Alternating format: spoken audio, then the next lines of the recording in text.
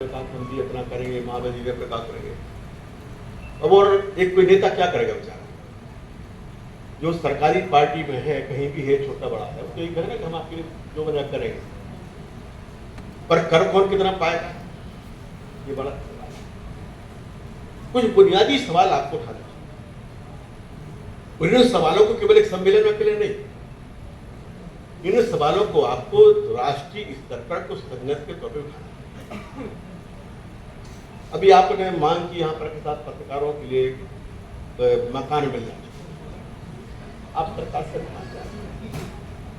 आप ये सवाल राष्ट्रीय स्तर पर क्यों उठाते हैं कि जो भी पत्रकार है, अगर हिंदुस्तान की सरकार प्रधानमंत्री आवास योजना बना के 4 करोड़ 5 करोड़ को मकान दे सकती है, तो फिर हिंदुस्तान के 5-10 लाख लोगों को मकान नहीं दे सकती। आपको राष्ट्रीय स्तर पर नीति के, ये नीति के तौर पर मांग करना चाहिए, बजाय व्यक्तिगत मांग करने के। नीति के तौर पर फैसला हो कि पत्रकारों को भी सारे हिंदुस्तान में जो शहर है, महानगर है, वहां पत्रकार कॉलोनी बना के मकान दिए जाए और सरकार का जाए, इसके काम पर आपकी और भी सुविधाओं की चर्चा मैंने वही तो बोला था। आप इसके लिए क्यों नहीं मांग करते हैं? आखिर पत्रकार क्या कर रहे हैं? हमारा सरकारों ने आजकल तो होड़ चलती है तो होता भी है, लाडली बहनें चलने के साथ बहनों को मदद करना है। कोई सरकार के 1500 दिए, कोई कह रहा 1000 रुपये देंगे।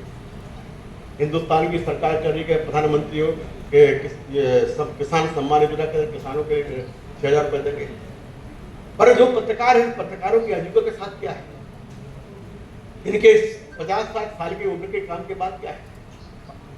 अभी पेंशन को लेकर झगड़ा है कि सारे हिंदुस्तान के जो 2 करोड़ सरकारी कर्मचारी हैं, उन सरकारी कर्मचारियों को कौन सी पेंशन, ओल्ड पेंशन स्कीम की मिले, यूपीएस की मिले, या जो नई पेंशन योजना उसकी पेंशन मिले। जो कर्मचारी है तनख्वाह पा रहे हैं, उनको तो पेंशन मिलना चाहिए।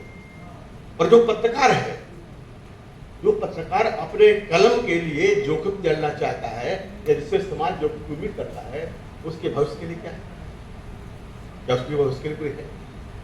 आपको ये मांग क्यों नहीं करना चाहिए भारत सरकार से कि आप पत्रकार पेंशन योजना तैयार करें, और जितने भी पत्रकार हैं जो पंजीकृत हैं, वो अखबार में काम करते हो, अखबार में ना काम करके अपना छोटा अखबार भी निकालते हो, उनको 60 साल या 65 साल के बाद में सरकार की ओर से पेंशन दी जाए, ये भी बात, ताकि उनका भविष्य। तो पत्रकारों को जब तक आर्थिक आजादी नहीं होगी, तब तक पत्रकारिता से आप आजादी की उम्मीद नहीं करते। आजादी अकेले लिखने की नहीं होती, आजादी पेट की भी होती है। पर पेट गुलाम रहेगा तो कलम की आजादी नहीं होती। अगर कलम की आजादी चाहिए तो पेट की भी आजादी होनी चाहिए। उस पेट की आजादी किस बात पर? तो पत्रकारों की दशा आज बहुत दयनीय है। नेता जो है वो भी कभी कभी गाली दे देता है, समाज भी कभी सहयोग करता नहीं। कितने लोग जो अखबार पढ़ना पे और पैसे के पढ़ना चाहिए।